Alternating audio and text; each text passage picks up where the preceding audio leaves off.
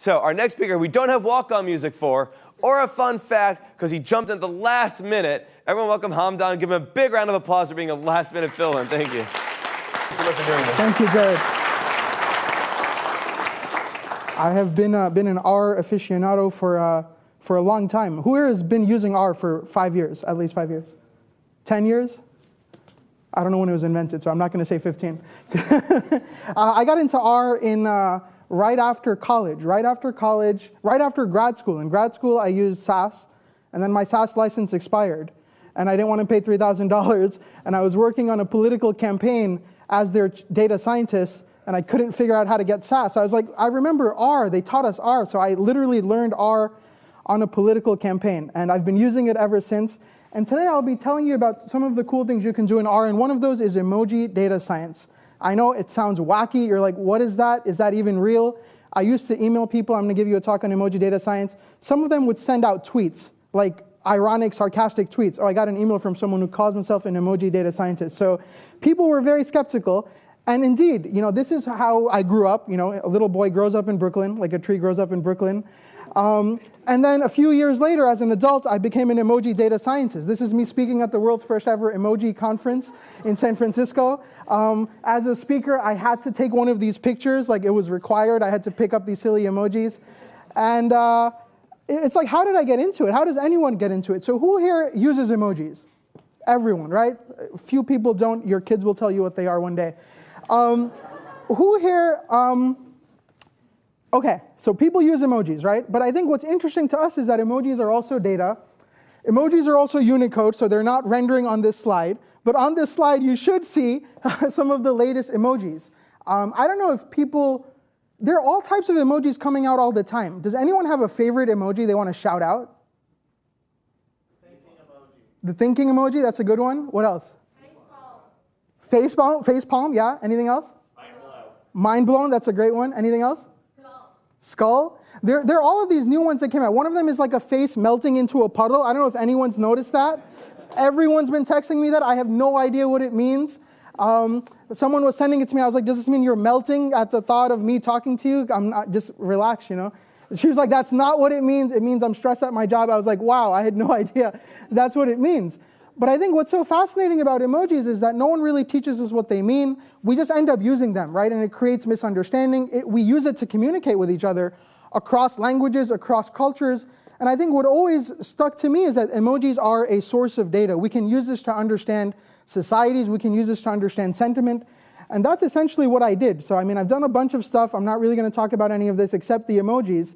And I think throughout most of my journey, as a statistician, working in tech, working in finance, working in blockchain, I was always sort of working on questions other people cared about, right? Like, tell us how do we make more money from ads? Or tell us how do we get more clients to help us so we can manage their assets? How do we build better recommendation engines? And then one day I realized I have all of these skills. I can actually use these skills on questions I care about. And a question I had cared about for a long time is, what do emojis mean? This is a question that had fascinated me for years. And I'll tell you a little bit about how I got into emoji data science. The story is when I worked at Facebook, I realized back in 2015 that we are sitting on a huge data set about emojis, right? And instead of me asking my friends, hey, what does this emoji mean? What does this emoji mean? I could actually go into the data and try to figure that out. And that's kind of how it started, right? It started as a passion project, as a side project I did on my nights and weekends. And the first part was just, can we look at the top emojis on Instagram? And even that was very hard, because the way emojis get encoded is in Unicode. Our data was stored in Hive. Hive ends up garbling the Unicode. So just getting that dictionary of how an emoji, the name of the emoji, the Unicode, how Hive represents it was non-trivial. And I wasn't smart enough to do it. So I found some friends, PhDs, like NLP PhDs. I was like, I have this crazy idea. No one's done it. Let's do it. And we did this analysis. And we actually ended up coming up with the first co-occurrence plot of emojis on Instagram. So these are which emojis are used with which other emojis, and you can use this to get a semantic understanding of which emojis cluster together, right? You see the hearts clustering together. It's very hard to read, but this is the image from our patent application. So we did all this work. So we looked at what are the top emojis, what emojis are used with each other, which emojis are used with which words. And then we took it, we were like, let's publish this. This is a great paper. So I don't know if anyone here has worked at a big company. Does anyone here currently work at Facebook? A few people? Okay. I love Facebook. I had a great time there. So we went internally. We were like, how do you publish a paper? So Facebook, there's a big wiki, and it was like, these are the 12 steps you have to follow. If you're a Facebook employee, you want to publish a paper.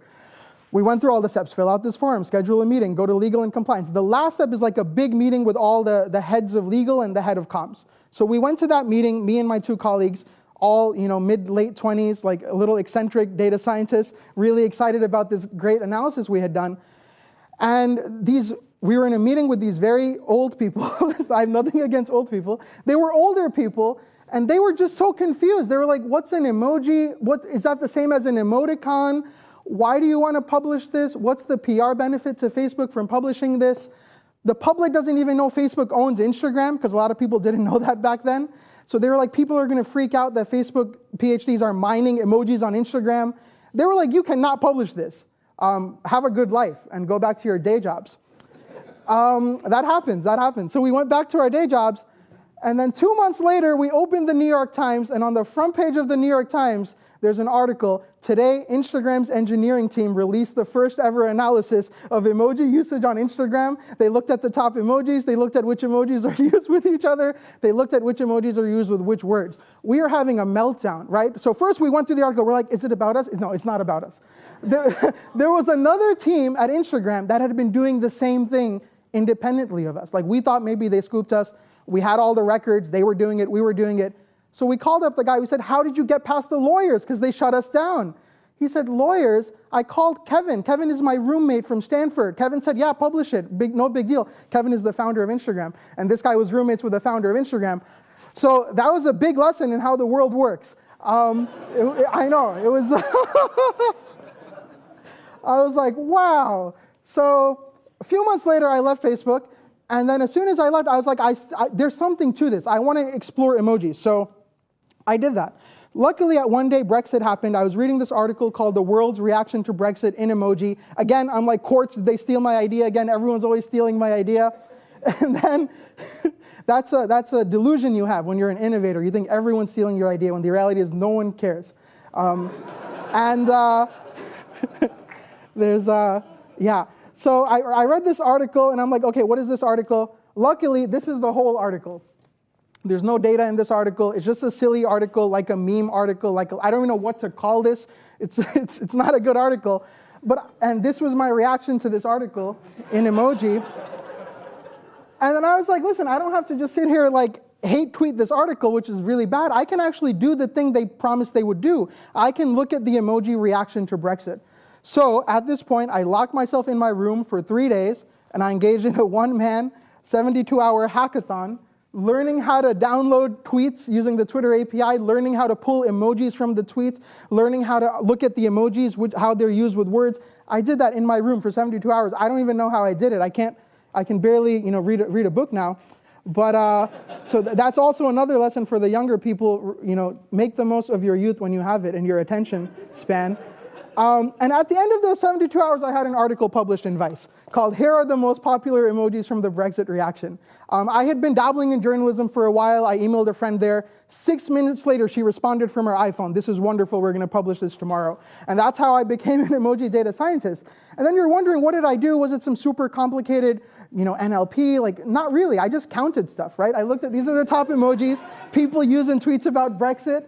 And you see that, there are all types of emojis. They're real, genuine emotions. And back then, a lot of people thought emojis were silly.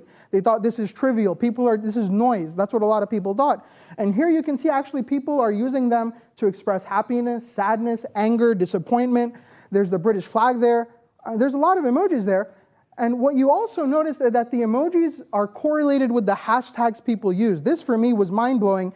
Again, everyone in this room is obvious, right? But back then, for a lot of people, it was very noteworthy that the British flag emoji heavily over-indexes on people who use the hashtag vote leave, right? They're saying vote leave. We wanted Brexit to happen. We're very patriotic. The celebratory party hat emoji over-indexes on vote leave. These are people happy Brexit happened. The crying emoji over-indexes on vote remain. They're sad it happened. The praying hat emoji, vote remain, because initially they thought there might be a revote. And this was essentially my article, right? And it kind of went viral. All these people started calling me. They're like, "Emoji data scientist, what is that? Have you looked into this, this, and this?" And I basically spent maybe a year just giving talks about this. And I was on TV, and it was a really exciting journey. I did a lot of cool stuff. I looked at the Kanye West Taylor Swift controversy. I don't know if anyone here remembers that. It was, this is one of those things where I feel it's like a niche topic, and then I was giving a talk at this in Morocco at the data science master students. These kids literally started jumping up and down when I got to this. They were screaming, like they all had positions. There was a Justin Bieber camp, there was a Drake camp, like they all knew everything. They were like, well, then Justin Bieber did this, and then they tweeted this, and then Taylor had this lyric. Like people felt very strongly about this. And what I found in this analysis, again, very simple. I like to say a lot of data science and analytics is just counting things and labeling them. That's a lot, because especially in an area where people haven't done that before. And back then, this was fairly novel. Now this has become a big field. Emoji NLP, I think there have been 50 PhDs written on emoji NLP. Most of them have cited my work. But again, a lot of that is for a very niche audience, right? Those are computer scientists trying to prove some new methodologies in NLP. I think the innovation here was that you can use this to get people excited about data science. You can use this to get people excited about R. So here what we notice is that Taylor Swift, a lot of people in tweets mentioning Taylor used the snake emoji. This was the world's first instance of snake bombing. So here's another way of representing this data, where everything on the left are emojis more often used when people are mentioning Taylor. Everything on the right are emojis more often used when people are mentioning Kanye. And again, you see that snake showing up there. So Taylor Swift actually complained to Instagram, to Kevin. She said, this is cyberbullying, and Instagram banned the snake emoji for 72 hours from Instagram. You could not comment the snake emoji because Taylor Swift was threatening to go public with a lawsuit, saying, because everyone is going to Taylor's post, snake, snake, snake, snake. That's all Kanye's fans were doing, and it was wild. And again, this was like really cool that you can actually use emojis are data, right? And as data scientists, this is something where we can investigate, we can build tools, we can get people really excited about this, the power we have as data scientists. I also looked at the emoji language of fan love, so this is when DJ Khaled was really big. I just looked at a bunch of celebrities, I looked at the top emojis people use about them. Very surprising is that 4 of the 5 emojis are the same. It's the heart eyes emoji, it's the heart, it's the tears of joy, it's the loudly crying emoji. For me, this was really beautiful because it's like no one is teaching us how to use emojis. It's chaos, right? There used to be 2,000 emojis, now there might be 4,000 or 5,000 emojis, yet the most common emojis people use to talk about their favorite celebrities are just these 4. It's like somehow there's order emerging from chaos. And that is what we're really striving to find as data scientists. We're trying to find those patterns. And again, no one is teaching people how to do this, yet somehow we're coalescing around a common usage of this language, which is kind of beautiful. So let's turn to something a little bit more serious. Election night. Election night, a lot of statisticians were out there trying to do cool stuff. They're trying to predict. They were looking at who was going to win. I was also looking at data. I was looking at emoji data. So on election night, I had a streamer running. I pulled I think 20 million tweets all throughout election day. And I did something very simple. I looked at emojis coming in after the results started to be announced, around midnight Eastern time. And then I looked at all the emojis used after midnight, and I looked at emojis used when people were talking about Trump, and emojis people used when talking about Hillary Clinton. And again, this is one of those charts that really blew my mind because it's really powerful, right? Like you see on the Donald Trump side, you see both celebratory emojis, right? The party hat emoji, the clapping emoji. You also see the middle finger emoji, which I had never seen in an analysis before. And then on the Hillary Clinton side, you see, crying, the heart, praying, like a really powerful visual portrait of the state of a nation almost. And I think this was really exciting, just being able to find this, right? It was out there, right? Everyone has access, a lot of people have access to Twitter data, but it depends what you go looking for and what you find. There's a lot of interesting things in that, in that data set. You can look at the time course of emojis used throughout the day, and you see the American flag spikes right after midnight in tweets mentioning Trump. You see the crying emoji spikes in tweets mentioning Hillary Clinton starting around 9 p.m. You see the middle finger is elevated for Trump throughout the day. It becomes especially elevated around 7 or 8 p.m. And then you see the praying hat for Hillary spikes 11 p.m. That's when Michigan was announced, Pennsylvania was announced. People were literally like, oh my God, there's one more state, can she win? And it's so beautiful, right? It's represented in the data. How incredible is that? I also looked at the words people use when they use these emojis. That's what the middle finger emoji means. I'll take my Nobel Prize now. That's my... I know everyone's been wondering, what does it mean? That's what it means. That's what my analysis, that's what all of my graduate school training and data science expertise reveals. I think it's funny, but also I think it's really real, right? Because again, you look at some of these tweets, one of these is, how can I go to work in the morning knowing the people I work with voted for Trump? Thinking face emoji.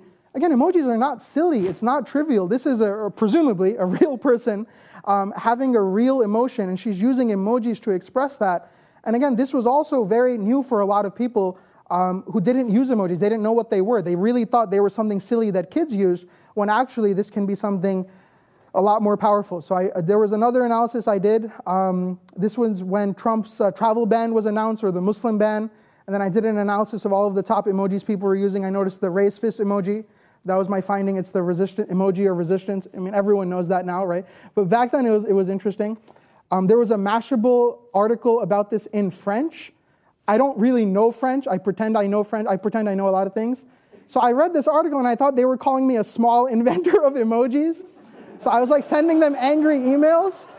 I was like, this is not, I like that you guys are, and then I Google translated it. It means this is a small inventory of emojis people use to talk about Trump.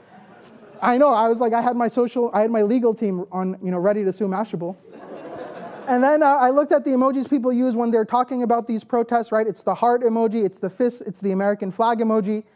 Again, back then there was a lot of narrative that these protests were anti-American. These were people who were, just like radical leftists. And then if you look at the emojis they use, again, a very crude slice of the data, you see that they're using the heart, they're using the American flag. They're talking about how what's happening is against our values and we're better than this as Americans. And it was just, it was, again, really exciting to see that in the data. So I've done a lot of this. There's a lot of this on the internet. It's a lot. I was also the first person to do a study of the peach emoji. I found that the most common emoji used with the peach is the eggplant. That's the big reveal. That's the big reveal. I did a bunch of stuff. There's a lot. I looked at gendered emojis, which emojis people use with Woman Crush Wednesday, Man Crush. I don't think people use that anymore. Do people still do that? Not really, right? It was like 5 years ago they used to do it. There's a lot of interesting data on skin tones and emojis. Again, there's a lot of massive amounts of data out there, and I think they're just so, this field is so ripe for asking fun, interesting questions. But also, for me, it was an excuse, right, to really learn how to build something in R, right? Because this is all R, right? It's literally, it's building a dictionary in R. It's running that against tweets. It's building a giant matrix where every tweet is represented in a 3,000 row vector where it's like very nerdy R stuff, but it results in something very cool that people get very, very excited by. And I think that's sort of my key learning in all of this work, is that emojis are data. People might think they're silly, but people are using them to convey real emotions, and data science can help us understand them. And also, the media doesn't really appreciate emojis. I don't know if this has changed, but a few years ago, this was a big issue. This was a big news outlet in Seattle where they did an expose on the secret language of emojis that parents needed to be worried about. You have to watch this clip online. It's wild, because I don't know if the guy's being sarcastic, but he's like, today we bring you an expose, the secret language of emojis. This combo means I hope you die in a fire. It's like, who are these people, And it's like, if you see this emoji on your kid's phone, it means send nudes. And then the woman anchor freaked out. She's like, oh my God. It's like, this is the media, but it's good. But I think again, I think often it's very hard for us as data scientists, people who are starting out, people who want to work on passion projects, side projects. We think the bar is really high. We're like, oh my God, everyone already did something cool. I have to build some incredible deep learning model to, I have to do this neural network. It's like there's a lot of stuff to be done just by counting things, labeling them. And I think that is what excites me about this field. I think there's a lot of massive amounts of data out there. And a lot of data scientists are working on a very narrow set of problems, right? They're working in advertising, they're working in recommendation engines, they're working in finance.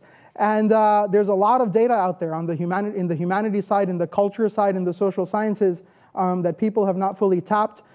So almost all of this is open source. I have a tutorial on my website, prismoji.com. There's a GitHub. By now, it's 5 years old, so you might have to spend 72 hours getting it to work again. But at one time, it worked. And this is just a quick introduction to Emoji Data Science in R. Again, very grateful to the New York City R Conference and Jared for inviting me. I welcome any questions. Please feel free to reach out to me. And thank you for your time.